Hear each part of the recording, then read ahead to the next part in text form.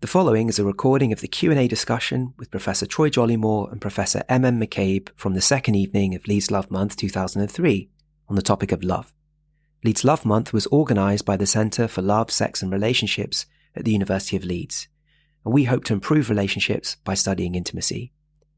You can follow the Centre on social media for news of future events and publications.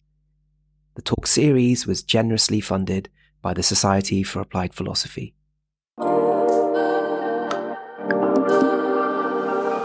Thanks to both of you. I think it's a question for Troy. Troy, so you said you wanted to occupy an in-between a kind of account, but why not say that what you offered was on the non-rational side, but you were out to reassure us that the causal inputs were reassuringly intelligible? I mean, why not just settle for that rather than say that you're between rational and non-rational? You know, there's a real question, as always in philosophy, about how to divide up the various positions and what you call them, what you label them, and so on. So, partly, okay, here's the real psychological answer. You already mentioned that my advisor was Harry Frankfurt. So I think I'm basically reacting against him, and in a Freudian sense, rejecting the father in some way. Harry, then people like Harry, but certainly Harry, you know, the idea of non-rationalism or anti-rationalism, whatever, in philosophy of love, has largely been shaped by him and other people, you know. And Harry clearly thinks, and many have followed him, thinking something like this has to be right, that if you recognize the kinds of problems there are with our emotional responses to the people we love, again, the fact that we are inconsistent in some sense. I love her because she's beautiful, but I don't love all beautiful people, and so on, as Plato again says that I should, before going up, you know, on up the ladder.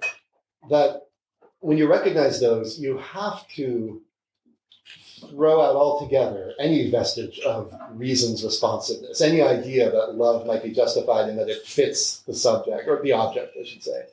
And so he says very clearly, for instance, in more than one place in his writings, he says, I don't love my children because I think there's something good about them, right? I don't love my children because they're valuable. I make them valuable in a subjective sense by loving them, but my love for them is in no way a response to their value.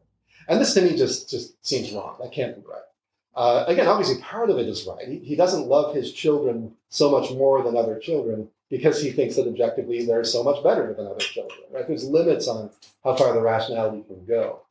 But given how he has sort of carved out the non-rationalist position and how extreme in a sense that is, that it's taken as the non-rationalist position, it seems to me we don't have to go that far, and that there's a lot of reason not to go that far.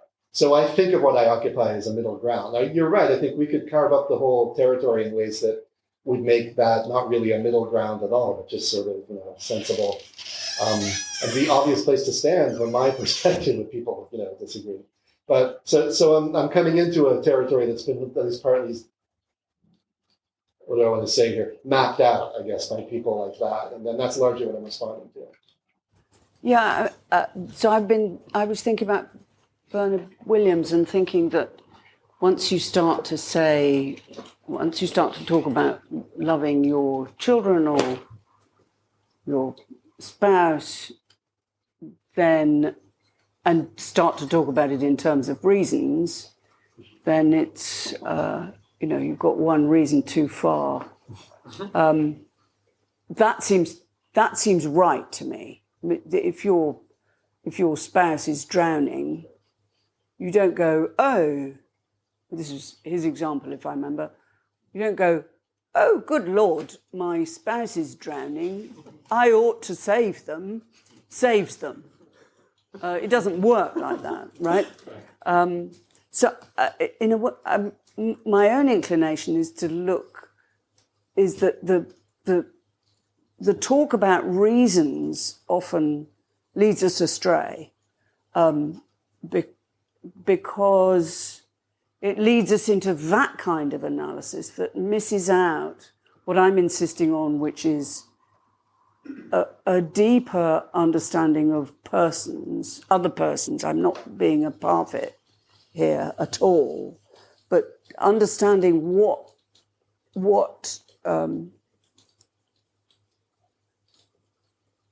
what hold others have on us and what demands they can reasonably make on us. And I think if I start to think about that in terms of my reasons to do things, I've already lost the plot, because I've already lost anything about somebody else. I'm still talking about my reasons. I'm going to bring the vibe down with this question, but it's sort of following off what you both have just said. So in an instance where, say, a parent chooses to abandon their children, or maybe like if even in adulthood when they decide one day they're not my child anymore, like in that sort of circumstance, I'm just interested to know what your thoughts are about that then, because I know we've talked a lot about how, well, I'm pretty sure from what you said, Troy, that parents are looking for reasons to love their children or continue loving them, if I interpreted that correctly, or something along those lines. I think that's right in, let's say, typical cases or something like that. I think, and maybe I should have been more clear about, I was trying to keep it down to 30 minutes, et cetera, or 30 minutes-ish.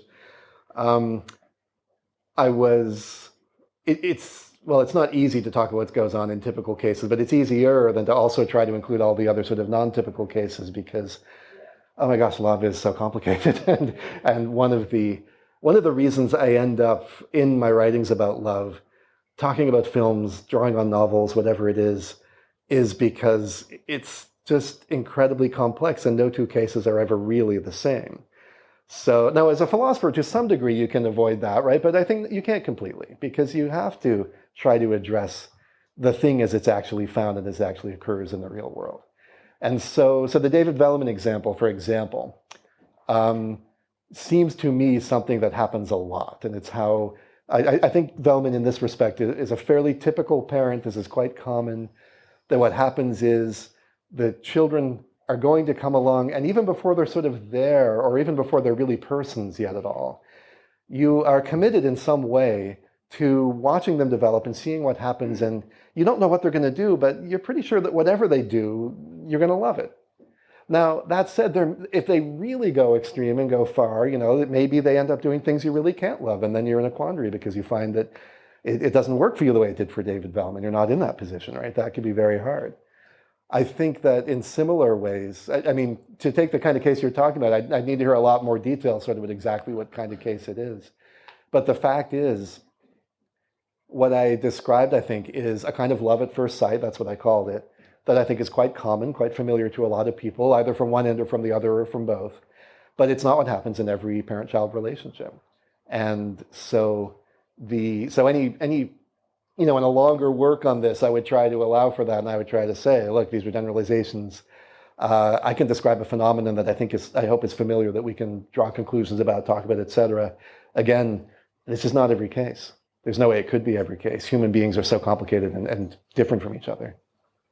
I think I'd like to make a little bit the same kind of response. It seems to me that if you're thinking about parent-child relationships, they are very complicated, of course, and it doesn't seem to me to be at all obvious that one can diagnose reasons why a parent walks away from a child.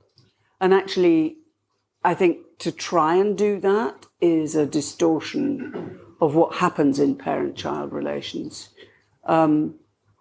This is kind of what I wanted to hear about. I wanted to hear about what your responses to that would be, because I started thinking about that myself, and I was like, I think it has to be particularized. Give you an example of somebody that I've been working with recently who is a serious violent offender. And he's written a novel by ringing his mother from his cell every night for the last 5 years. And she has copied down what he's dictated to her, no matter what he's done. So that looks like a reason for her to separate herself from him. But it's not like that. So, and I think those kinds of cases are very common. Okay, thank you. So we've got a lot of questions. You didn't want to be the first questioner, but do you want to be the third questioner? Come on, why not? Seize the day. Let's go for it. I guess my question is, if we understand the stories from Plato's Symposium in a less literal sense, do they still kind of apply to love in the same way? If we understood, for example, Socrates' story is not like the process of someone pursuing love, but as the process of love, where it is, instead of beauty, it is attraction, instead of philosophers, it is the exchange of knowledge, and then the last step of love being kind of like the idea of educating one another. Does that kind of change how we understand love as a whole? It's a really good question, thank you. I think that there is something grotesque about all of it until you get to the point of saying something like educating each other. And I think this is connected to what I was saying just now about reasons. I think that if I say, oh, well, I love my husband because he's funny, right? And then some funnier person turns up, and then, oh, well, then that's why I love him. Those whys are deeply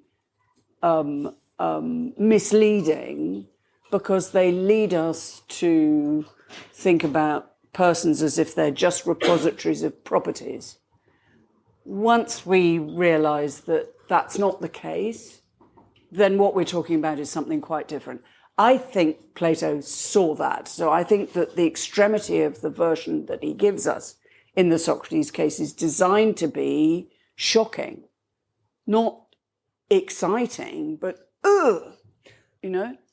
that, for what it's worth, I think that's why it's all embedded in a whole series of stories, because stories come out of their context, and you can look at them all the way round, as it were. It's exactly like your use of film, that you kind of walk around it and see it from lots of different perspectives and see where it goes wrong as well as where it goes right. This is very interesting from a psychological, philosophical, and Greek mythological point of view this evening. But I was wondering if we could possibly bring in some science. Because like Foreigner, I want to know what love is. And I want you to show, well, not necessarily show me, but to tell me. Because how do you actually know when you are in love? And how is it different to love that you talked about? That's yours, Troy. Wow. Oh my gosh. How do I actually know when that is a great question. I don't know that I have any idea what the answer to that question is. I feel confident science isn't going to help us very much. That's what I would say. I know you want to bring in science there. I don't think science is going to help us answer questions like that for the following reason. I mean, it depends on what we mean by science, of course, and we might mean different things by it. But I tend to think, because a lot of people do tend to think that science is going to help us, understand what love is, and that's where we need to go. Because love could turn out to be, look, when you're in love, there's certain brain states you have, or just something like that. But love surely is something that some other sort of creature, if not on Earth, then somewhere else in the universe, but maybe creatures on Earth could experience. We could certainly imagine aliens coming, and we meet them and we interact with them and we get to know them. And it turns out culturally they're very similar to us in a lot of ways, and they have love relationships too. They have friends, they have sex the way we do, they've evolved in largely many of the same ways. But at the same time, their brain chemistry and all that just turns out to be very different from ours. So we have to define love in a way that doesn't reduce it down to something like brain states or anything like that. And so if that's what we mean by a scientific account, I think that's not going to help us, because ultimately it's the cultural stuff, and it's the understanding and the psychology, and it's the phenomenological stuff, I think, more than anything, that really defines what love is and what being in love would be. Now, again, maybe somebody means something different by science and so on. There's all sorts of ways we could go there. So, but I know a lot of people mean that sort of thing when they talk about giving a scientific account, and that, don't go to philosophy if you want to understand love. Go to the scientists. And I tend to be skeptical about that for that sort of reason. Yes, I'm afraid I completely agree. I think one of the difficulties about what we've been maybe put it more positively, one of the features of the discussion we've had, even in such a short time, is to show how the reductive move that's essential to scientific discovery, I take it, is just not available to us. That each time, if we start to talk about reasons, you go, well, wait a minute, that misses the point. You start to talk about justice, and maybe that misses the point because that misses everything about affection and feelings. You start to talk about the psychology of it. You may get an account of the phenomena, but you're not going to give us, I think, a sort of basic account of the structure and shape of something that is inflected all the time by the particular. That maybe is the point. That if we were able to think about love as a regularity, that might be a different matter. But this is one of the things that I think we're both saying is that it's essentially particular. That then causes difficulties. I mean, I'm saying this with a great deal of wariness, because I don't really know what I'm talking about. Thank you very much. Thank you. This gentleman over here, you had a question. Both of you talked about relationality, but you didn't really talk about reciprocity. And I'd just like to offer a little Ronnie Lang poem. Jack loves Jill's love of Jack. Jill loves Jack's love of Jill. A perfect match. And Ronnie Lang thought there's something wrong with that. So the question is, what's the role of reciprocity in love? Can you love somebody who doesn't love you? Manifestly you can.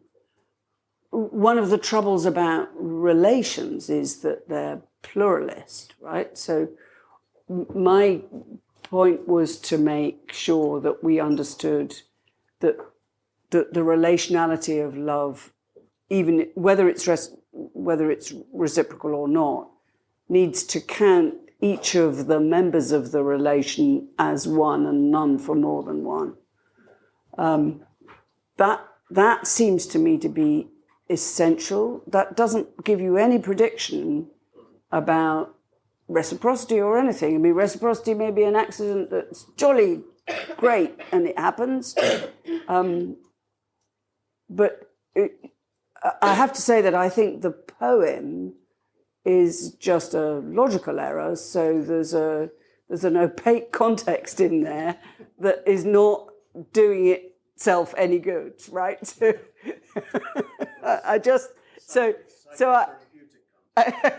well, no, I was thinking about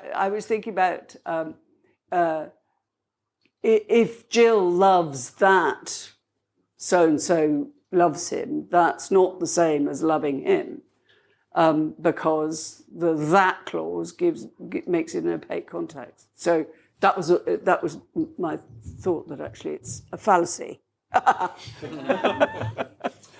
Both of you said something that I find quite interesting about love as intent or intention. So you mentioned loving people, you were talking about your wife, so I don't want to make that personal, but like you were saying, as we age together, as we spend our lives together, people change, and so you always look for something to love. And same with the example of the child who's into Morris dancing and their parent ends up being into it, and then you mentioned the offender as well, and clearly a parent who's intent on loving. So I was thinking about, if you could speak to that a bit more, and I was thinking about, I'm not religious, but the Christian phrase, love thy neighbour, and then this is a weird travel of thought, but I do a lot of mindful meditations, and you send love into the world, you receive like love from the world. So I thought that this idea of love as a commitment almost, as a, I'm gonna have that feeling towards this person or this thing no matter what. I thought that's quite interesting. And another thing that we really didn't touch upon was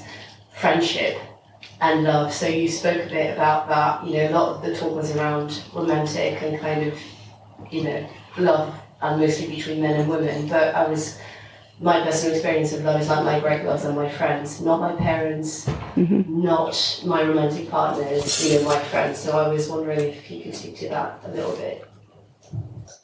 I'll say a little, sure. Yeah. On the second part first, I've written a lot about friendship, actually, and I started off writing about friendship, and I tend to think that friendship and romantic love are very similar, much more so than a lot of people think. There's a tendency to separate them. Obviously, there's some things going on in romantic love that typically aren't going on in friendships, but even there, sometimes they can, or at least saying exactly what it is that separates them turns out to be very hard, I think. But I think romantic lovers are generally friends, and it's a kind of friendship. That's how I've more or less come to think of it. And then on the first topic, the things I say about love in this context are sort of in part in a larger context of my views about value, which is that I'm a pluralist about value. I think there's all sorts of things in the world that are good in some way. And some of those things fit together very nicely into a single life or into a single experience, or whatever, a single career or whatever it is. And then some of them don't. But they really have value, even if they don't fit together with other things that have value. And I think that many of the things that I say about love and commitment, for instance, make more sense when they're placed in that context. Commitment, like when I commit to somebody, part of what I'm doing again is committing to taking them seriously, for instance, as a kind of authority on value or something like that. So if my friend says, hey, this is really good, and it's not something that ever looked very good to me, it's something I thought I could sort of dismiss, like I would never be interested in that. Could anyone really be interested in that? But my friend says, hey, try this out. This is really something. I'll be much more inclined to say, okay, I'll give it a try because it's my friend. So there's a kind of commitment here, which again, isn't just the sort of bullheaded commitment to be with somebody no matter what and love what they love no matter what or something like that. But it's a commitment to openness and receptivity and trying things out and allowing the possibility. Because at the end of the day, I might try it and see nothing in it still. And I can probably say that to my friend and it's okay, unless that sort of thing happens all the time. I can't see value in anything that they value. And that can become an issue at some point, but that rarely happens, fortunately. So commitments become this way of sort of navigating, one of many ways of navigating the plurality of values, which I think the world presents us with which is one of the reasons why human life is so complicated, because the values aren't simple. There's so many of them, and again, they don't always fit together. I like the question, thank you. I think I'd like to press hard and go back to what you said about intention, where you kind of commit yourself. I think one of the things that we're missing, perhaps a little bit, is to think about these things not as if they were acts, but as if they're processes. And that what we're imagining to be going on here are long-term, over time processes of something or other, of a relationship, whatever it is. I agree that friendship is a very good example of that, because they very often go on for a long, long time, and at a distance. They don't always require proximity. I have some very dear friends who live in America, and I don't see them, but that doesn't seem to matter. So proximity is not necessarily a condition on friendship, but I do think that time is a condition on friendship. I think one of the difficulties about the movie parallel is the sort of Cinderella-y thing. Boom! Ooh! And as if, I don't know what falling in love is, but it's not an event. It's a process, I think. And I think perhaps if we get the metaphysics sorted out a little bit, it will take away some of the difficulties. Okay, brilliant. So we have time for one more question. So it's a really small one, and it's going to go to you because you're near the microphone. So we've sort of spoken about how science perhaps isn't sufficient as an explanation for love. Could we perhaps move on to maybe whether linguistics is an explanation? Is love just that single word for it violently insufficient to deal with this whole kind of world of emotion and for the last however long we've chosen to use this one word, where I'm pretty sure that in other languages and in sort of ancient languages there are multiple words for all the different intricacies involved in love, where we've chosen to stick with this one word, and I've often found that it's inadequate and for all the different feelings, love, it's a great word, it's a great sentiment, but it's not sufficient. Thoughts? Okay. So I'm going to defer using chair's privilege to the poet in residence. Oh, God. Can you? Yeah, I'm awfully sympathetic to, I think, the point of view you're expressing. And this is one of the problems, again, why it's hard to even answer a question like, what is love? It's not like it's one thing. It's not like, and this is also, again, something that makes it not a scientific question in the sense that in the sciences, you can have a substance, you can point to it and say, okay, what's that? And whatever that thing is, well, it's what you're pointing to. Well, Wittgenstein would say it's not that, but whatever. It's not, put aside the problems with that. The point is, we can have a scientific explanation of something, an object or a substance or whatever, and know what it is we're investigating in that sense at least. But there's nothing to point to with love. You can point to people in love, but then you could be pointing to all sorts of things and, what kind of love are you pointing to, etc. I think you're right. I mean, half of the philosophical work here or more is trying to work out the language and sort out what it is we're actually talking about at all. And so in my own work, to take just one sort of example, I've tended to, when I say love, I generally mean love between persons. I don't even worry about the other ways we use that word. Like, I love Thai food, right? I love all sorts of things, but I'm not going to mostly talk about that because I think there are features of love for persons that sets that apart, and that's its own thing. But even having set that much stuff aside, love for persons is a huge topic. Is that all the same love? Are we really using the word in the same way? I don't know if we ever use that word in the same way. And how can I be confident I'm using it the same way you are, right? So that's, I think, part of what we're doing when we do philosophy of love, honestly. Okay, so the very last word is to you, Emma. Well, I was going to say Aristotle. So I think the idea that Aristotle's idea of focal meaning gives us the thought that you could have a central concept and then all sorts of other concepts that are collected around it that use the same language. So I think that's partly true, but I also think that Aristotle was wrong because I think that it's not a focus of meaning, it's a whole network. But aren't we used to that? Think about, would you say, well, we crack truth and virtue, we can do those, but love's a real problem. I think we live with these kinds of softness in language, and we need it because the edges are not hard. Okay, thank you so much. I just want to say thank you both to our amazing speakers and to your questions. I'm sorry we couldn't get to everyone, but maybe see some of you next week. So yeah, thank you, and a round of applause, please.